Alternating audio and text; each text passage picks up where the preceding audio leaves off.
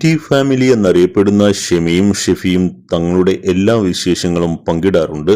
നവംബറിൽ ഷെമി വീണ്ടും ഗർഭിണിയാണ് എന്ന സന്തോഷ വാർത്തയുമായി ദമ്പതികൾ സോഷ്യൽ മീഡിയയിൽ വന്നിരുന്നു.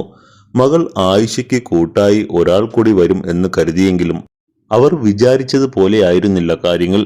പിറന്നത് പെൺകുഞ്ഞാണെന്നും ജനിച്ച ഉടൻ തന്നെ കുട്ടി മരിച്ചു എന്നും ടി ഫാമിലി അവരുടെ പേജിലൂടെ അറിയിച്ചു.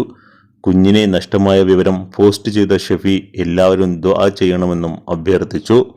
ദുഃഖകരമായ ഈ വേളയിൽ സുമനസ്സുകളായ ഫോളോവേഴ്സും ദമ്പതികളോടൊപ്പം ചേരുന്നു.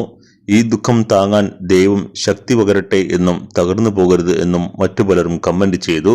പ്രായത്തെ മറികടന്നുകൊണ്ടുള്ള വിവാഹമായിരുന്നു ഇവരുടേത്. രണ്ടുപേരുടെയും സന്തോഷം എല്ലാവരും കണ്ടുവെങ്കിലും തന്റെ ഈ പ്രായത്തിൽ ഒരു കുഞ്ഞെന്ന തീരുമാനത്തിൽ ഷെമി അല്പം വിഷമിച്ചിരുന്നു.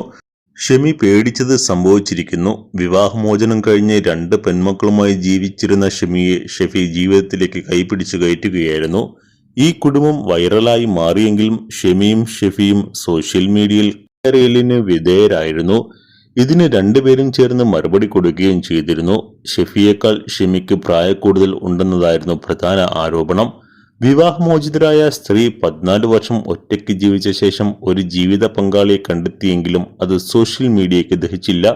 ഭാര്യയും ഭർത്താവും തമ്മിൽ എത്ര വയസ്സിന്റെ വ്യത്യാസം ഉണ്ടെന്ന കാര്യം ഇരുവരും എവിടെയും വെളിപ്പെടുത്തിയിട്ടില്ല.